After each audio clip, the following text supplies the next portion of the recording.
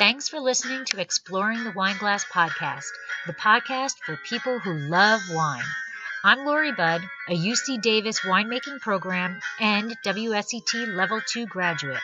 You can find Exploring the Wine Glass on all the socials as well as your favorite podcast catchers. If you haven't subscribed yet, now's the perfect time. I promise I'll never tell you what to drink, but I'll always share what's in my glass.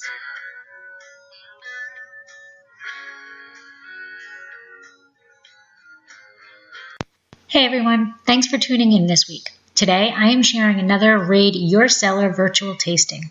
This one is near and dear to me. When I heard they were going to discuss Bordeaux, my ears perked up, but when they continued to say that they would be discussing Bordeaux under $100, I almost fell off my chair.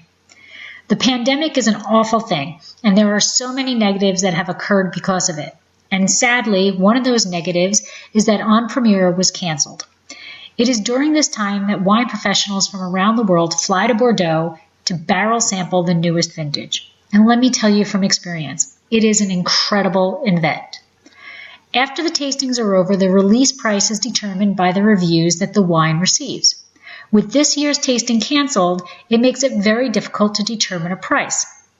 So the odds are that the wines will be released at a lower than typical point. And although that is bad news for the chateaux, it could be very advantageous to someone who has wanted to begin collecting Bordeaux wines. The conversation you will hear today is not about purchasing futures of the 2019 vintage, but rather previous vintages that are available at bargain prices. Wines that you can begin your collection with and not break the bank. These virtual tastings are free to join, but you may want to contribute in support of the United Sommelier Foundation, a not-for-profit organization that helps the wine industry professionals during times of hardship. If you like to make a donation, scroll down and look in the show notes. So now unscrew, uncork, or saber a bottle, and let's discuss Bargain Bordeaux.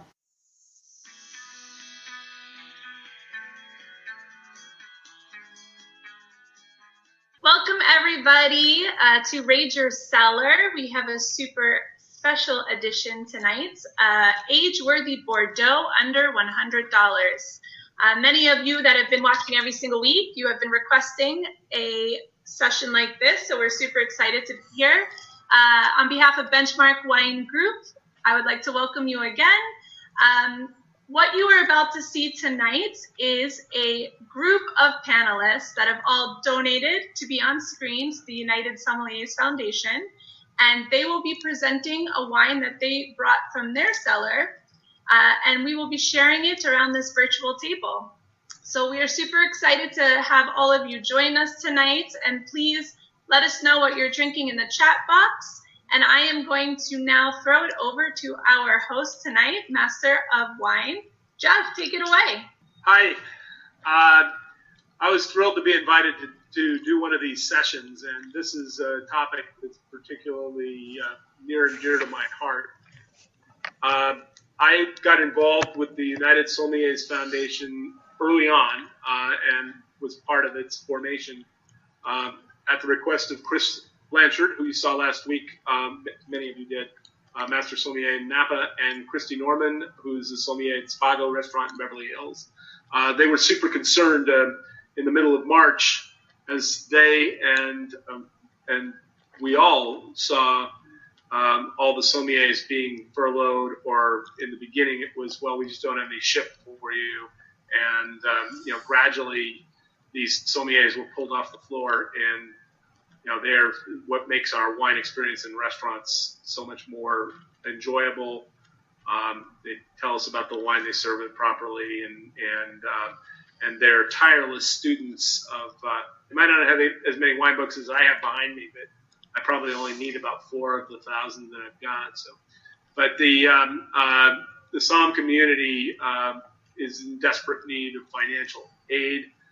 We're coming on to the third rent check coming due June 1st. I'm really happy to say that Benchmark Wines was the first large contribution that we got.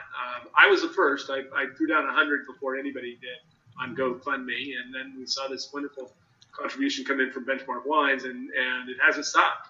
And with this program that they're doing, the support that all you donating, it's going to good use. In 8 weeks, we have already given money out to over 525 sommeliers. It's pretty amazing. I mean, it was 6 to 8 weeks before you were even considered in some of the other charities that are trying to figure things out. And Chris Blanchard, in particular, wanted to get money in people's hands as fast as possible in the form of $500 grants. But I suspect that we're getting a lot more publicity, a lot more momentum. Kistler Vineyards is donating a large contribution of $50,000. If the check is going to be in their hands tomorrow. And we have other similar donations coming online. That will help only 100 sommeliers, though. And last time I checked, there were about 16,000 sommeliers on Guildsom. And granted, there's people like me on there that are just wanting to study and so forth. But there's probably at least 12,000 sommeliers in the United States, and also people that are working in wine tasting rooms and wineries that are basically have been out of commission for without income. And I can tell you, unemployment is a real challenge. My daughter was furloughed, and she's trying to collect unemployment on the Florida website. And that was an all-day project today, and I'm not sure what's going to come. So unemployment checks are not a given, and there's everything is super slow. So we want these people back on the floor, and we are definitely committed.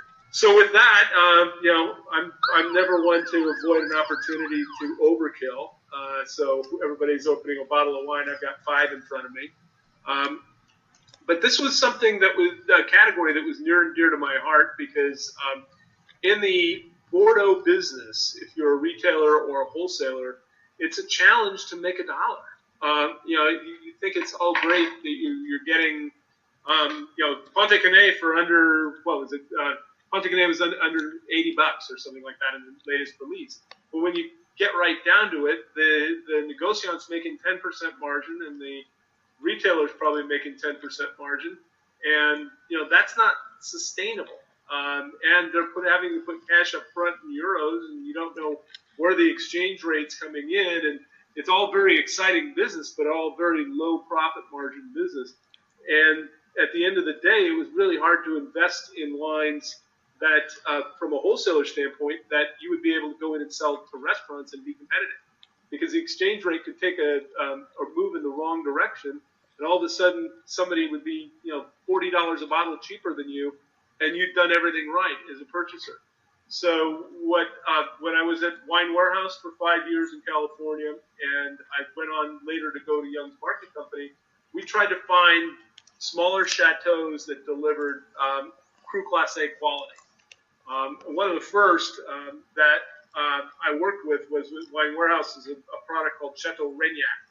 And this is a guy named Yves Vatelot that bought a property in the middle of Entre-Lumière and planted Merlot and Cabernet Sauvignon, super low yields, 2 tons per acre, and really made something exceptional. He used to do blind tastings with us when we visited, and he would throw in things like Chateau Haut-Brion to taste wine. Now, granted, it was a 1997 vintage, which wasn't a strong left bank vintage, and the comparison went very well. But I found that there were a lot of these wines that, for cellaring for 15, 20 years, performed extraordinarily well. And as we were going over there for the en premier tastings, a lot of these smaller properties were popping up that delivered quality pretty close to the quality level of third growth, fourth growth properties that were Cru Class A properties, because they were really trying hard. You gotta thank people like Robert Parker that would promote these wines as being sleepers of the vintage. And these aren't the wines that everybody is scrambling for, and they really haven't gone up into ridiculous prices when the vintages are great. And they're many times they're wines that do well every single year. So I also looked on Benchmark's site, and they have 2008 Chateau Rouget Pomerol for $49. And there's like 3 bottles left. that I can tell you is going to be a steal. 2008 was a good, really good vintage with a lot of structure, and I'm looking at the 98, and it's still doing great. And Rouget is one of those properties that is always a terrific bargain right upon release. And the next wine is a wine called Chateau Pic Caillou. It's a Pessac-Lagnon, and Pessac-Lagnon is very close to the town of Bordeaux. And this one is very close to the Marignac airport. There are only 5 properties in the inner circle of the Rocade that is very close to the town of Bordeaux, and they're all pretty well known. You've got Carme-Aubryon, Chateau-Aubryon, La Mission-Aubryon, Pic Caillou, and the last one is Pape Clément. So it's in a very good neighborhood, and the fellow there, I wish we had Jean Calvet on the call because he was my favorite negociant to work with. But the fellow there is his cousin, Paulin Calvet, and the quality, I've watched it from 2000 to 2016, the quality is going up tremendously. The 04 is on Wine Searcher for $36. 2016 is maybe the best wine they've ever made, and it's $32 average Wine Searcher, and the retailers are making a profit, which is kind of, and I think it's kind of good that people can make a profit selling Bordeaux. That's the big challenge that everybody's had. So the next wine, I'm going through the wines rather fast, but and I can field some questions. But the next wine is a wine called Chateau Fomberet, also in the same price range, about $34 average on the 2016. This property is right across the street from Pichon-Lalande and Chateau Latour. The terroir was actually part of Chateau Latour in 1855. It was one of the vineyards and a servant's quarters in 1855. So if you believe that the terroir is being graded, which really it wasn't in the 1855 classification, but if you believe that that's the case, this is first growth caliber land. Are they making first growth wine? They are not. They cannot do that because the things that you have to do to make that quality is exorbitantly expensive, and it would have to sell for $125 a bottle. So not necessarily something that is easy to just jump in and do. However, in vintages like 2004 and 2008, which the Bordelais call classic vintages, which means they are more like the great vintages of the 70s and 80s than they are like the great vintages of the 90s and 2000s. And that's both good and bad, because structured vintages like 04 and 08 actually age quite well. They just don't have the higher pH and depth and ripeness up front that makes them more opulent in the beginning. And sometimes that higher pH that you have in the quote-unquote great vintages of today don't present a wine that's going to age quite as well, but will be more unctuous. So, but we did a comparison for the Chêne de Rôdesiers group. One of the things I do with I coordinate the Young Sommeliers competition for the United States for the Chêne, and we did a presentation to the Chêne members and the sommeliers, and we did blind tasting comparison, and we had this wine, the 2004, right next to Pichon-Lalande. I had a master sommelier going back and forth with the wines, and he actually knew what the wines were afterwards. And literally, between the two of us, we could not tell the difference between the two wines. Now, in a great vintage, in say 2005, Pichon-Lalande can do a more severe selection for their top wine, making more depth because they're going to get the payoff and be able to sell the wine for maybe 50% more money. So they're going to be able to do selections at the winery in the great vintages, which is going to separate it out. But when you have the more moderate vintages, you're going to see a more narrow quality comparison between wines like Fomberet and wines like Pichon-Lalande. So 05 is not as good as 05 Pichon-Lalande, but 04 is as good as 04. So, I mean, those are the kinds of things as you're looking at Bordeaux every year, as I was, and looking for things that you could sell on a restaurant wine list. Those are the kinds of strategies that that I try to employ to make it work. What Jean Calvet, who I wish I was on the call, we were on an airplane trying to figure out how I, as a wholesaler, could make a profit on Bordeaux, because the en primeur business it ends up being about 15% average for the wholesaler. if you can actually make it work. And so we found properties to partner with every year and build restaurant business with sommeliers. Because one of the things that we saw is that in most top restaurants, the Bordeaux section started at about $150 to $200 a bottle.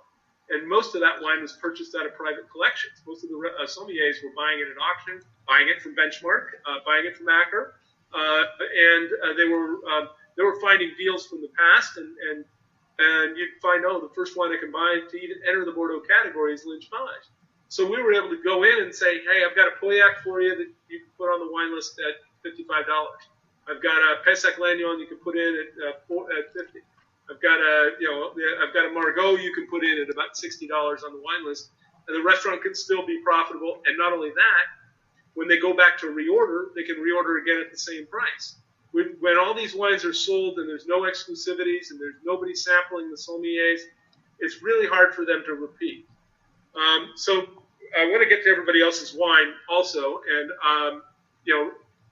everybody that's on the panel can ask me questions about the dynamics of the business or the properties and so forth. But the last wine, for me personally collecting, if I was blindly doing it, and I am now because I've worked for Kistler for 8 years, as I'm looking to buy Bordeaux now, it's almost an automatic and a great vintage to buy Chateau Gloria.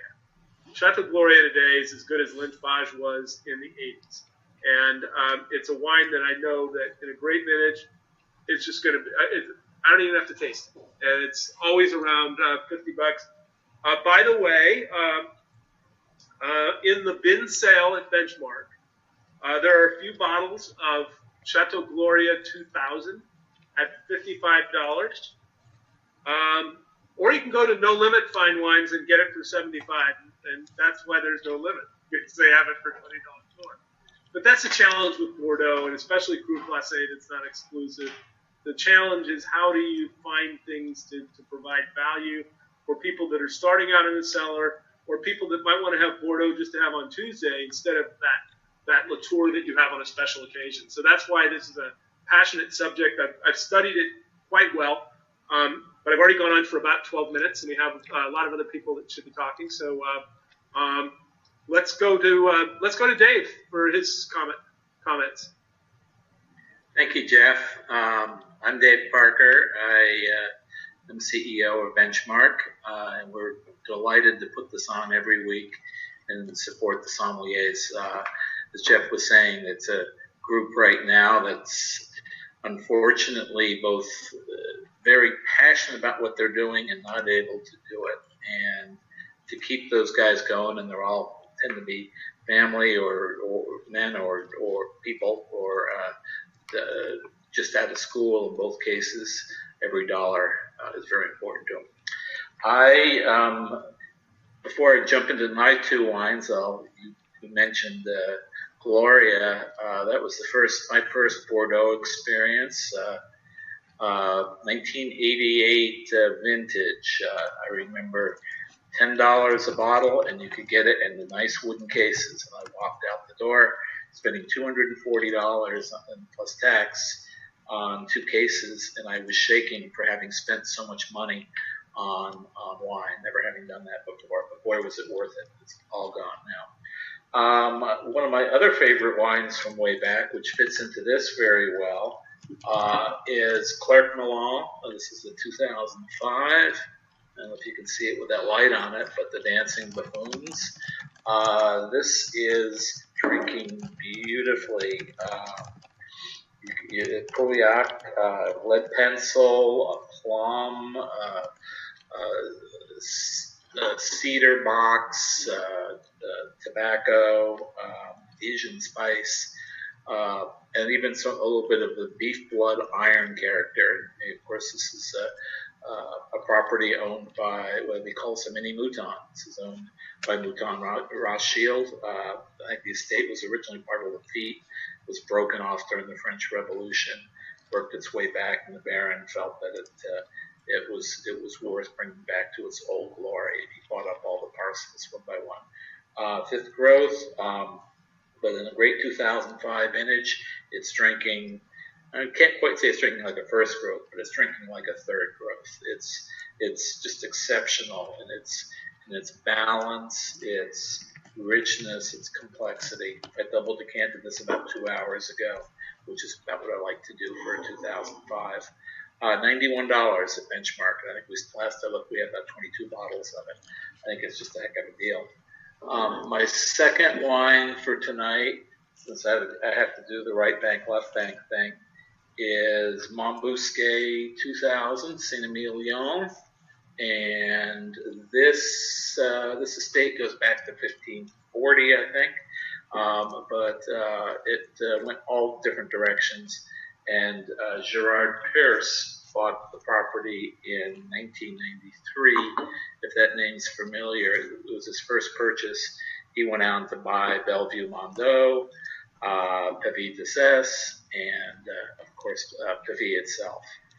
And he's taken each of those, I think, up a notch. The 2000, of course, an incredibly great vintage. This was $74 at Benchmark. I think there's still about 30 bottles left. Super rich cassis because it's Merlot based. Green pepper, bell pepper, mint. A touch of orange is in it. Cocoa, black truffles. Just a really complex mouthful of wine. Both of these just be exceptional with a conventional, beef, but I think you could take them in a lot of different directions. They wouldn't be strangers with chicken or darker fish like salmon, and they would actually even go with perhaps a good Chinese or Oriental dish. So this was really exciting for me to go back and really see how much great wine you can get for under $100 out of Bordeaux. And even with the tariffs that are in place, there's still a lot of good wine on the market. We're able to find some good things that have been perfectly stored here in the U.S. and you're not paying that extra tariff price that's wine based on the continent right now. So here's to your health, and this is just a really fun thing to do right now. Cheers. So, Dave, when I worked for Wine Warehouse in the late 1990s, we were one of the first wholesalers to bring in the 1993 Chateau Montbusquet.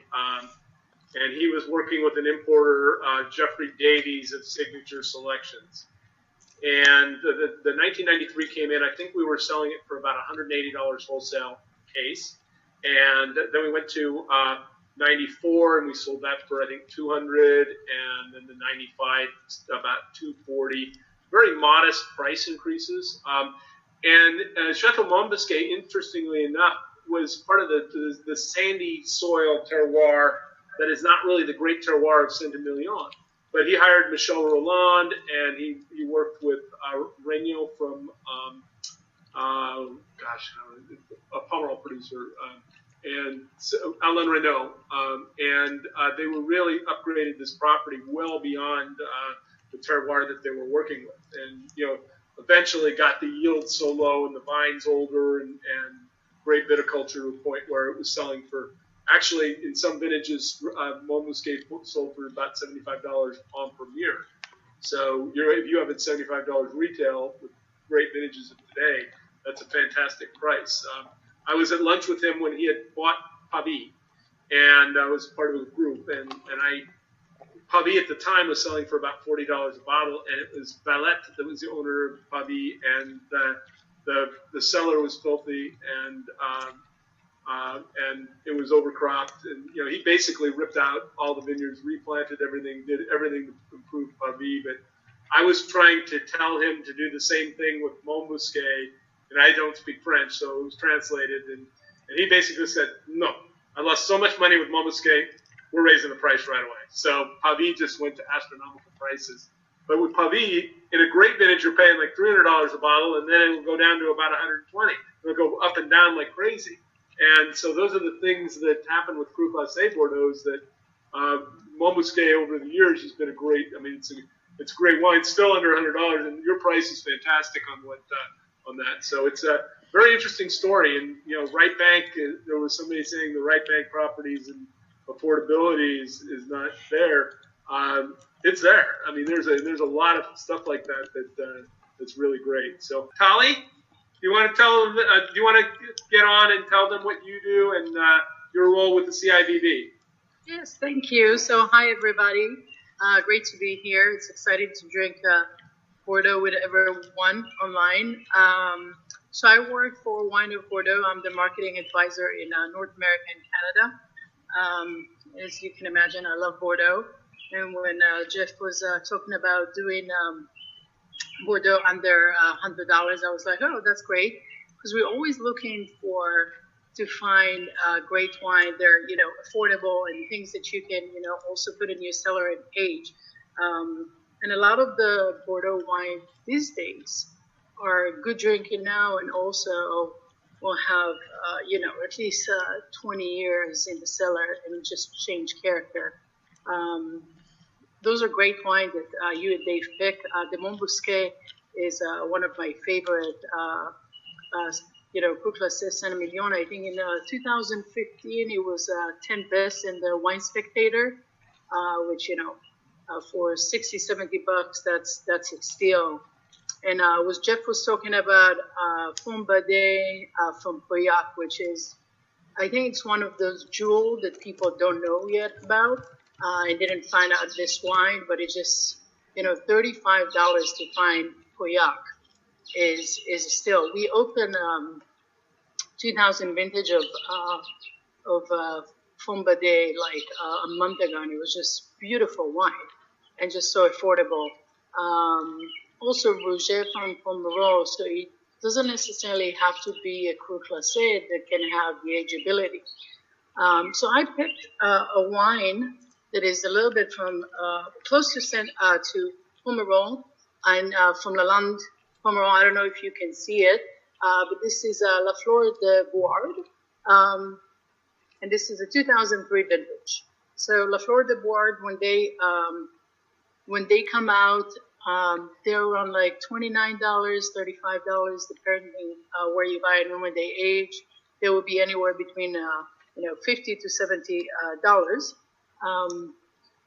In '98, it was bought by Angelus, which is a first grow, in Saint-Emilion, and they have another estate over there, Bellevue.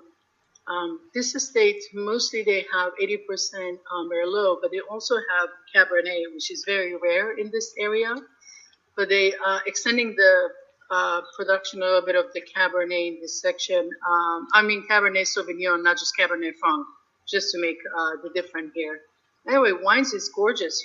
It's big for the vintage, as you can imagine, but it's still fresh. You don't feel the age on it. We're looking, 17 years now? That's quite time, especially when you think of $30 wine. Really, I think it's a still beautiful. Jeff, are you familiar with this wine? Yes, I am. I hadn't really bought it, as mentioned on Primeur. At Wine Warehouse, when I was there, we always sold it on futures as well. So, yes, I definitely know the property. I haven't been to the property, but I know the property. And, of course, I know Angelus. One of the areas that you can look at is when you have people like Canon de Gauffier that has some properties that are lesser terroirs like Clos Loratoire and even down below. They are, they don't forget how to make wine at Angelus quality, but they apply the same principles no matter if they're making a $30 wine or a $100 wine, and as when they're the properties. Yeah, they use, I think, 80% new oak. For this kind of wine, 80% new oak. It's pretty intensive. His daughter make the wine, so it's a female winemaker. That's her project. Which is super cool. She's also buying, she likes to buy estates that are not specific in well-known areas. So she have another place in Saint-Emilion, in one of the Steadalite, not in the Cru Classé section. And it's pretty feminine, but it's beautiful wine. That's the thing too, is where you're starting to see Paris did a lot of investments in Côte de Castillon and in satellite areas as well. And if you know the great terroirs of Saint-Emilion, and there's this limestone core that goes through the great properties like Ozon and right. Cheval Blanc's kind of an exception. It's a very different terroir. you This- kind of follow that kind of soil profile, and then you go to Côte de Castillon, which is like exactly the same exposure to the sun, exactly the same soils, and the wines are a third of the price. Are they Yeah, going to but age? Juan No, Javille they does age- a lot of stuff in Castillon. looking at that, there's a wine that Benchmark has, 05 vintage Chateau Fontbelle, and that is owned by Chateau Ozon. They have it for $35, and that's a steal. Yeah, I mean, there's some this incredible is on the same finds level. on there. So, and then they also have Yon Figeac 2000, which I bought on Premier, plenty of it. It was one of the tasting at the En Premier tasting. That vintage of Yon Figeac was spectacular. Benchmark has that for $45, and it's probably drinking. I drank all mine, but it's probably drinking fantastically well right now. So there are definitely deals on the right thing. So who should we go to next? Peter, why don't we go to you, and you can tell us what you're having. And now, a word from our sponsor. Exploring the Wine Glass is brought to you by Dracaena Wines. Dracaena Wines is an artisan winery located in Paso Robles, California. They have been producing wine since 2013. Their first vintage began with one wine, their classic Cabernet Franc, which received a 91 in Wine Enthusiast. Since then, they have increased production, received several accolades, including double gold medals in the San Francisco Chronicle Wine Competition and consistent 90-plus ratings. In addition to their classic Cabernet Franc, they now produce a single vineyard, single clone Reserve Cabernet Franc and a Rosé of Syrah. Although they've increased production every year, they continue to sell out each vintage. Find out more about Dracaena Wines and their award-winning wines at dracaenawines.com and let them help turn your moments into great memories. Hey, I chose something a little older. I have Chateau Gambot-Guillot. It's a Pomerol estate, family-owned, really traditional vatting, aging, not an emphasis on gobs of fruit or big new oak or anything like that. I happen to have a very great fondness for older vintages Bordeaux.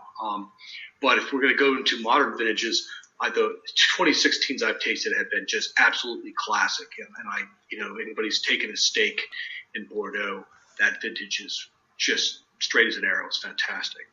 Anyway, my wine path sort of skipped Bordeaux and went straight to Burgundy from California. But now I've come back to Bordeaux now, and I find myself absolutely loving the great Pomerols and Centimillions, and I get a big kick out of challenging others, the Merlot naysayers of the world. I'll pull out a great old Pomerol or a great old Centimillion, and I make them guess, and then suddenly eyes light up, and the world is the truth is shown.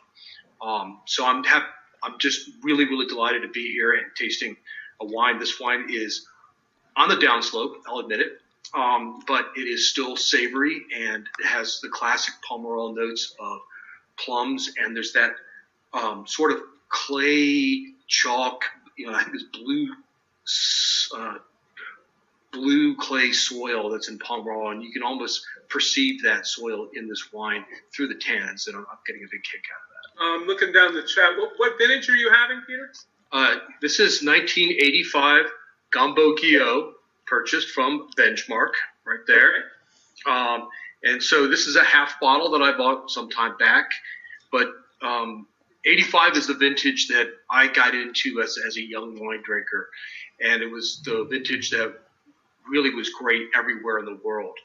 And I still love the character of this vintage. It's almost like the last darling before things got too ripe.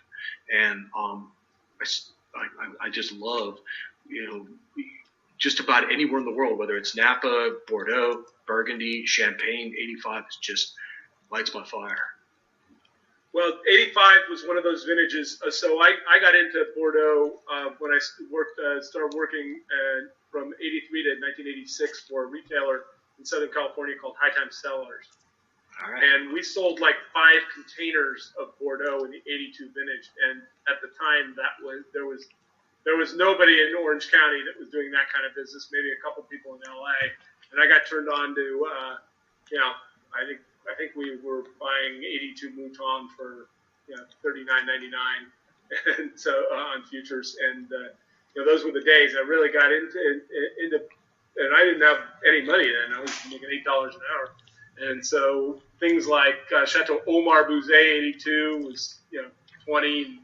I bought my 2 bottles, and I was buying things like that along the way, and was finding things like Lynch Page and Le Barton for around 30, and I kind of got used to paying those prices, and that's kind of why I gravitate towards the 30 to 50 range still to this day. I've got first growths in my cellar, but I don't buy that many bottles. I just can't afford that. New vintages of Gombo Guillot are about $75 to $85, depending upon where you buy them. And I still think, for authentic old school Pomerol, it's a really great selection. The modern vintages are still structured and still have plenty of guts in them. They're not juice bombs. They're not gobs. They're really, really elegant, delicious, age-worthy wines. And I thought, I'd see where one is at, was it 35 years old? Yeah. Well, Peter, aren't they biodynamic now? Yeah, they're totally organic, biodynamic. They're pulling off all the, the cool hipster tricks and making great wine. Pomerol is one of the hardest areas to find affordability. There's 2 large properties, Chateau de Salles and Chateau La Pointe. And then after you go down, the rest of them are only making about 500 cases to 2,000 cases total. So I think La Pointe's about 10,000 cases and de Salles is 20, or I might have those reversed. But finding affordability and value in Pomerol is a challenge. Benchmark has a Pomerol right now called L'Écuyer. They have a few bottles. I think it's the 05 vintage. And it's one of the ones that I used to buy from Jean Calvet. They renamed, I think it was Bordeaux or Bordeaux something that they renamed. But tiny production. We could never get any quantity of it. But so Pomerol is a challenge. And it's always good. It's good for right now that when I don't know. Well, I got 2,000 bottles in my cellar, and I don't know how much wine I need that's going to go 30 years. I'm hoping I go 30 more years. So it's so having the right bank wines with some depth in that category is really superb. So Jeff, can I ask you a question? You can. Yeah. So I read a Wine Searcher article recently about the state of Merlot in Bordeaux and how climate change has really impacted the nobility of the variety. Now, as I mentioned, I actually think Merlot is a totally noble grape, and I love grape Merlot. But are we really in dire straits, or is this just all hubris? I'm going to have Tali answer the question in a moment, but I would say that it depends on the yields and the viticulture. I think that there was a real wake-up call for all of Bordeaux in 2003. When they did the things that they were always doing, dropping fruit, pulling leaves, and going on vacation in the south of France in August. And a lot of the 2003 vintage left bank and right bank wines have not aged very well. And I think they learned their lesson and applied, they really paid more attention to the warmer climates, because in 2005 they had a warmer climate, not as hot as 03. And since then, with the warmer climates, you've seen better structure. You even see that happening in Napa Valley as well. You have certain producers putting shading blankets over the vines at certain times of the year so that they don't get too much sunlight. They don't sunburn fruit in the very hot days. And so there are people managing that, and if managed properly, I don't think that you're going to need to plant Cabernet Sauvignon and never Petit Verdot on the right bank. But I think Merlot is the number one grape in Bordeaux. It's the number one planted grape by far. But I'll let Tali answer that question more thoroughly on the climate in Bordeaux. So correct about Merlot, it is the most planted grape, but in regards to climate change, Bordeaux, I think, is the leading region in France actually paying attention of how they can adjust if it's coming from, harvest time, canopy management, all of those, but also in regards to adjusting new grapes, and there are 7 new grapes that Bordeaux was approved to start planting in regarding to have more straight grape to help in climate change that can adjust in heat. But those grape will be also only allowed in up to 5 to 10%, not more than that. So it's not going to change the structure in Bordeaux, but it's more to be adjusted in climate change. So yeah, Bordeaux is actually the leading region in France when it comes to that. What are the grapes that they're allowing now? I'm sorry? What are the varieties being allowed in addition to the Classic 5? The 7 are Tinta Franca. I don't remember all 7 right now, but I'm going to give it to you in a second if you give me 2 minutes. Touriga Nacional is one of them, I think. So they're Touriga Nacional is one. Arvinto, Avellino. Give me 1 second. I will pull up all the 7. So they're not. Yeah. Peter, so in the AOC, what they decide that they can plant, it's very political. So, I'm sure Languedoc would love to be planting more Cabernet Sauvignon and having it go into Appellation wines, but the Bordeaux people have a thing to say about it. So for Bordeaux to say we want some non-traditional grapes, if they start to put Syrah like they used to in Lafite, they used to bring Syrah in from Hermitage, the Rhone people would have something to say about that. So they're pulling in certain grape varieties that have a lot of structure that are not going to step on anybody's toes in the other French appellations. My gut feeling on all that is it's a great story, but I don't think in the top wines that are $30 to $100 you're going to see any significant plantings of anything but the top 5, and even in the top 5, there's no Carmenere in these wines. I mean, come on. I mean, it's there, but it's not. So it's Cabernet Franc, Merlot, and Cabernet Sauvignon are going to be the dominant element. What it is going to do is it's going to give the less expensive Bordeaux and Bordeaux Superior a little oomph to take care of and give their Merlot more structure. And they can still have high crops on the Merlot, but they can prop it up with some Touriga Nacional. And sometimes with those grapes, a little goes a long way. So I think it's really going to help the $10 to $15 wines, or maybe the $5 to $10 wines. Mouton Cadet can get a little more color, a little more depth, a little more tannin, and a lot of Merlot in it. So I think that's where it's really going to be used more than in the Cru Glacé and the collectible wines. But it does give you another tool in the toolbox. I think that what I've seen over the years is that in the great vintages, there's a higher percentage of Petit Verdot in wines like Pichon Baron and Bellevue and others. That really gives a lot of tannin, color, and structure when it gets right. And the climate change is really helping that variety. So I think you're going to see that grape variety creep up only on the left bank. So I don't think you're going to see too much. But you got to remember, all Bordeaux is Appellation Contrôlée. There isn't like a Vin de Pays. Well, there's Vin de Pays and Landif. I don't know if anybody's using it, but there isn't a lot of ways to declassify your wine down and add other varieties. So that was a challenge because they still want to build brand Bordeaux. And so there's political issues that are driving it in addition to the wine. Mark Gardner, why don't you tell us what you're having? Absolutely. So I brought out 2 wines. I also did the right bank, left bank thing. One is the 96 Cantemerle, so in the Medoc AOC, and the other is an inexpensive right bank wine from Côtes de Castillon, a Chateau Clos Release, which is no longer being made, is now part of Montbousquet and Pavie. Before I tell you about the wines for a second, I want to just have a couple of shout-outs. First to Dave Parker. So I'm a friend of Dave's, and that's how I'm on this panel today. And Dave's philanthropy and largesse goes back a longer way before coronavirus. So my wife and I started a charity, which is a wine-themed charity, back in the early aughts. And when I needed a partner to help with the wine, I called Dave. I was a customer of Dave's and Benchmark. And so I made one phone call, and the answer was yes.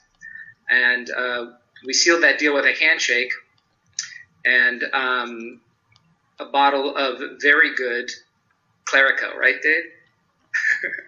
And you have a better memory than I do, Mark. Yeah, it was a very good bottle. Yeah, Yeah, in fact, we both signed it and dated it, and I have it still, but I'm not sure where it is. I'll find it. Since we moved to Napa, some things are still not unpacked.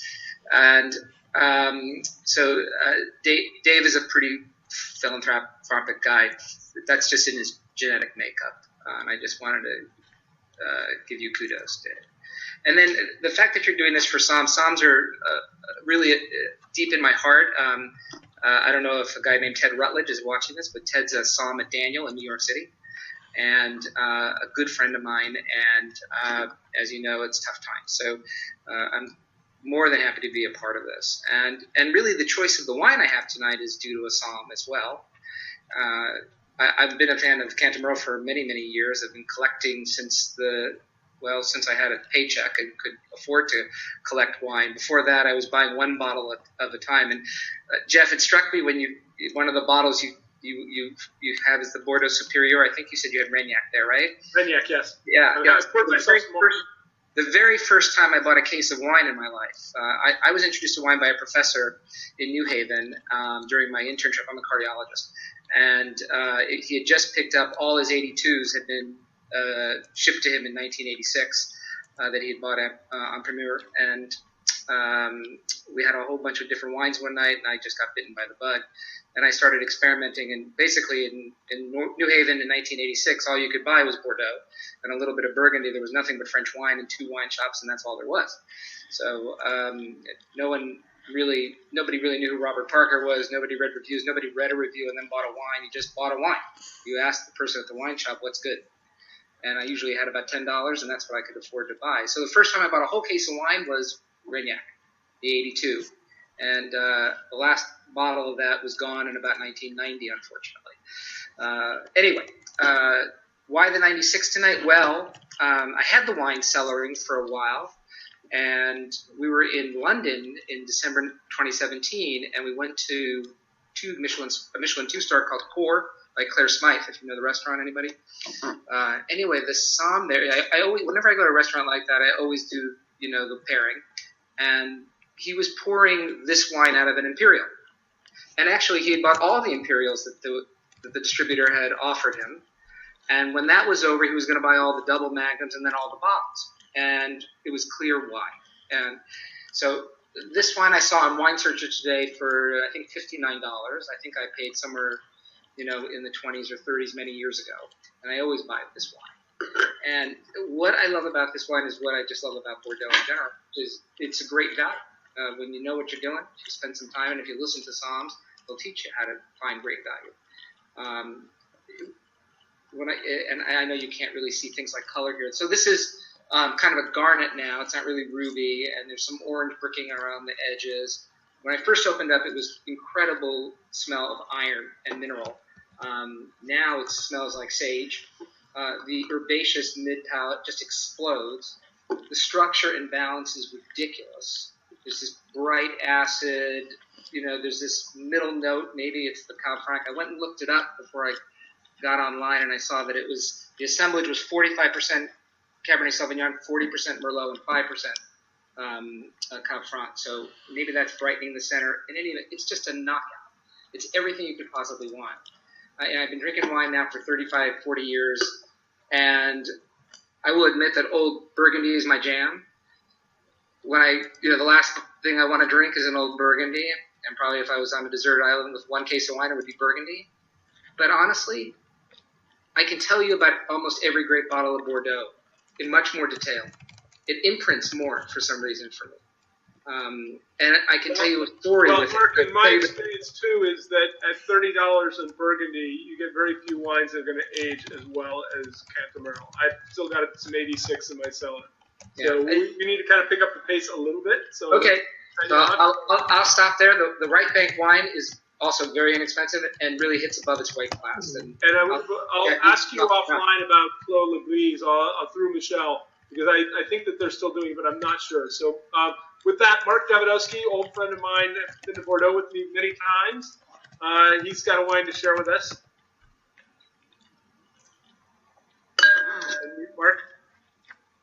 Mark, can you? There you go. All right, we're fighting here. All right. I love technology. No, So yeah, Jeff and I spent about a decade rolling up and down Poyac and the left bank and right bank and driving in many circular patterns and Sauterne, I believe. Getting lost. Well, one of the things that I remember, so I own Van Gogh Estate up in Napa now, like I mentioned earlier. It's a project we started in 93, didn't plant till 2011, first vintage is 2014. It's Napa, it's hillside. It's kind of completely different, yet very much the same to what I remember going and seeing in Bordeaux. One thing in between our purchase of the property and the development was I opened a wine shop and a wine bar down in San Diego, and that's how I knew Jeff. We actually used to go run around Bordeaux, and one of the things I was looking for is exactly this. How do I offer Bordeaux? I was such a passionate Bordeaux collector. I wanted to offer Bordeaux to customers that they could afford, that they were able to drink early as well as 10, 15, 20 years down the line. So if you ever get a chance to go to Bordeaux, go see your Grand Crus they have to see. But I highly recommend spending a lot of time, most of your time, at some of these smaller properties. One of them that I will, and I will list, I'll submit later, of these great properties, Jean-Christophe Calvet, who Jeff mentioned earlier. We did a lot of work with him, negotiant there, and he introduced us to some phenomenal properties in almost every appellation. But this one in particular always stuck with me. We had a wonderful meal at their house, and they make an Haut Medoc that I believe is about $23, $24 a bottle, and it's phenomenal and it can age. I happen to feel like opening a Margaux tonight. So I've got they make 3 barrels of this. It's from a tiny little triangular piece of the vineyard that peeks into Margaux out of the Haut Medoc appellation. And it's called Clos de Jacqueron. And this is the 2004. So it's beautiful. It's maybe bricking just a touch on the sides at this point, but it's still very bright. The fruit's very fresh still. You've got that great dried cherry, a little bit of plum in there, and it has that opulent kind of palate, that texture that you get in Margaux. So, and then Jeff mentioned Fombaudet earlier, Pic Caillou, Pauline's property. They're all fantastic. There's another one that I didn't have in my cellar. I drank it all, but it's also a Margaux, but it's, I want to say it sells for about $30, $35, and it's Chateau Montgravé. And that is another just age-worthy, luscious bottle of wine. And this is really fun. It's fun to sit and sip with you guys. So, Jeff Hellman, please. Thank you. For those who don't know, I'm a champagne importer, and I'm also from New Haven, Connecticut. And obviously I work a lot with sommeliers because we sell a lot of our champagne to sommeliers. But in addition to champagne, I drink lots of different wines, and I certainly like Bordeaux. Some of my favorite inexpensive ones over the years have been Chateau Potensac, which is made by the same folks who make Lea de las Casas, and Chateau Menet from Saint-Estèphe. I got a case of 1990 for $11 a bottle, which is just insanely good. Menet is still pretty cheap and a wine that I would recommend. But I'm drinking 2009 Cantemerle. Cantemerle is actually a classified growth, even though it's from the Haut Medoc. And this wine, I just checked for the heck of it on Wine Searcher, and the 2009 that I'm drinking tonight is still available for $44. So it's crazy how good this wine is for the money. And Cantemerle is one of those things that I go to year in and year out for value. It's got amazing depth and complexity for the price you pay. It really is astonishing. And I actually think, unlike Burgundy, which I also love, but buying cheap Burgundy is hard. Buying cheap Bordeaux is easy. There's really a lot of really good cheap Bordeaux. The problem is the lack of exclusivity and the challenges with 100 Negociants selling the same wine. So, is that going to change, Jeff? Is that going to change? Is the structure of the sale of Bordeaux going to change over time? No, it's never going to change because it's so advantageous to the chateau owners. Hey, Jeff, do you happen to know the property right next door to Menet? I don't. I know it's in San. Chateau Montrose. That doesn't surprise me. Yeah. So you know Meunier? Great terroir. Meunier is one of my favorite too. It's been like 20 years. You buy the wine and it just consistently tastes like Saint-Estèphe, and it's structured well and it's aged fantastic. We opened 86 Meunier, which costs $50 now in the market, and it was just beautiful. It felt like you were opening like a 2000, something with 5-10 years, not something with over 30 years, which is pretty amazing. I think it's one of the greatest wine in Bordeaux. Well, and back in the day, Meunier, Chateau Gros-le-Rose, Chateau Talbot were all, I think Canterbury even, were all owned by a company called Cordier. And there was real problems with Brettanomyces in the wines back then. And all of those properties have taken care of that issue in the cellar tremendously well. So we need to give Terrence his time in the sun. Well, this is just an honor to hear all these people and all of you tonight, because there's so much knowledge and wisdom. And Dave Parker, you guys, your Benchmark really has turned the tables on people like myself of a few hundred bottles of wine, like to collect, like to drink. But I was a CIA graduate in '76, and when Mark, you mentioned Connecticut, where you went to medical school. And that was our last. '74 was our last year in New Haven, Connecticut. So when you mentioned New Haven, I thought, oh, he graduated from the pizza CIA. in the world. My gosh, I was a poor man's drinker back then, and then I went to the CIA and we had a wonderful event, and the sommelier walked up at the end of the event for our members who were there, and he said, "Hey, what do you want? A few bottles of wine to take home?" I said, "Sure." I get home, and he put in a little box for me a bottle of Chateau Lafite Rothschild, a bottle of Chateau de Kim, and a wonderful bottle of Alsatian Gewürztraminer, which was fantastic. I never shared them with anyone. Tonight I'm drinking a Chateau Bonnaire Ducru. I bought it. I think in 2011 for about $50. Today I look and it's selling barely at about under $95 $100. I'm smitten with Rye Bank myself. My favorite wine is Clos Portet. And it was when you could get it, you used to be able to get Clos Portet at a reasonable price. Now it's just exploded. Everyone loves it. I drank an 05 about 3 weeks ago, and I was ashamed. I felt ashamed that I drank it. It was so good. It was my last bottle. Benchmark has some Clos Portet on their site right now for under $100. I might be in one of their bin sales even. I'm not sure. So you still can find it. You're right. It's great property. I'll reach out. This is an extremely well put together wine. The tannins have really settled down. It's dark plum coming through. A lot of cedar box. It's a delicious wine. We don't have a lot of time for questions, but Michelle, are there any questions that you're seeing pop up on the chat? The panel has been super great at answering the questions. I have to say the best question of the night was for Dr. Mark. Thank you for answering. Everyone was very concerned about this. They wanted to know You're welcome. About the guideline for cardiovascular benefits. Yeah. It's a topic near and dear to my heart. I once wrote a paper I submitted to the New England Journal, which got turned down, by the way, called Paradox Lost, a play on Paradise Lost, right? So Paradox Lost, an allusion to the French paradox, about the cardiovascular benefits of alcohol and wine. So it turns out, I'll do my little rant about this. It'll be 1 minute, I promise. It's thought that about half the benefit is from the alcohol itself. So that means you could have a spirit or beer and you would get half the benefit, because alcohol raises your HDL, the protective cholesterol package, the HDL, the good cholesterol.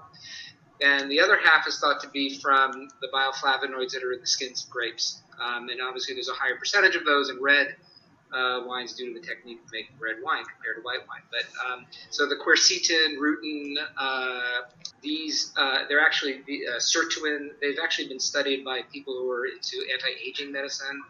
and they thought to provide. They actually, there's pretty cool scientific stuff about this. I won't get too geeky about all that, but in any event, some people do believe that wine has medicinal benefit, and it clearly, in light to moderate consumption, which I defined in the chat, according to the guidelines that the American Medical Association recommends, which is 1 to 2 glasses per day for a woman and 2 to 3 for a man maximum. And the reason women actually start to get a disadvantage with increased breast cancer if you drink more. So please be careful. But there's pretty good evidence, lots and lots of community-based evidence on lengthening life with wine. I have an interesting treatise from the 19th century of a Bordeaux physician who recognized this and did very good statistical work. I'll share that with you, Dave, separately one time. But thank you for that question, Walt. Great steals in Bordeaux that I'm sure the wines are going to be drinking wonderfully. All right. I just want to say one thing, that 18, 17, 16, 15 are all drinking so well in Bordeaux and really worthy. So, and I know Benchmark have a lot of 15 and 16 in there. You know, I buy a lot of my wine for you as well, and quality has always been great. So thank you.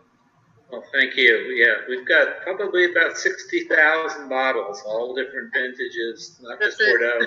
A little of this stuff called Burgundy and Italian. But yeah, we the bin sale is a once in a quarter thing that we do for our customers, and it's really exciting when people see that. Fabulous. I've done it. Jumping in. Thank you so much. This hour always goes so quickly. To everyone viewing, thank you. Thank you to our host, Jeff, so much for your knowledge. Thank you so much. Cheers.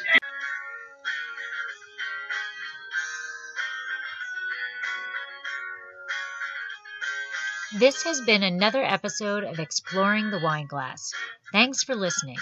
If you have suggestions on what topics you would like me to discuss, please reach out on social media. You can find me on Twitter, Instagram, and Facebook as Exploring the Wine Glass. I'm also on LinkedIn as Lori Hoyt-Budd. Of course, you can always email me at exploringthewineglass@gmail.com. If you enjoyed our podcast, please rate, review, and subscribe on your favorite podcast catcher to help others find me more easily. Until next week, sláinte.